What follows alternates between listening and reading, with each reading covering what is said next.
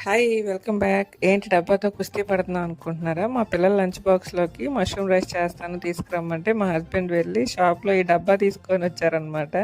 నేనైతే first time చూస్తున్నాను ఇలా మష్రూమ్ ఉంటాయని చెప్పి. బటన్ మష్రూమ్ అంట. మనం నార్మల్‌గా ప్యాకింగ్‌లు తెచ్చుకుంటాం కదా!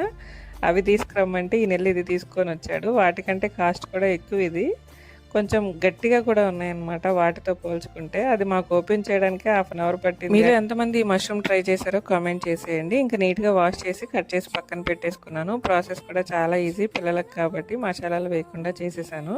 ఫస్ట్ ప్యాన్లో కొంచెం ఆయిల్, కొద్దిగా బటర్ వేసుకొని జీడిపప్పు వేసి ఫ్రై అయిన తర్వాత కొంచెం గార్లిక్, ఆనియన్స్ వేసి అవి కూడా ఫ్రై చేసుకొని మష్రూమ్ వేసి కొద్దిగా సాల్ట్ వేసి అవి బాగా కుక్ చేసుకోవాలి. మష్రూమ్ మొత్తం కుక్ అయిన తర్వాత మనం ఆల్రెడీ కుక్ చేసుకున్న వైట్ రైస్, కొంచెం సాల్ట్, పెప్పరు మన టేస్ట్ సరిపడా వేసుకొని ఫైనల్గా కొంచెం కొత్తిమీర వేసి అంతా బాగా మిక్స్ చేసుకుంటే సింపుల్ మష్రూమ్ రైస్ అయితే రెడీ.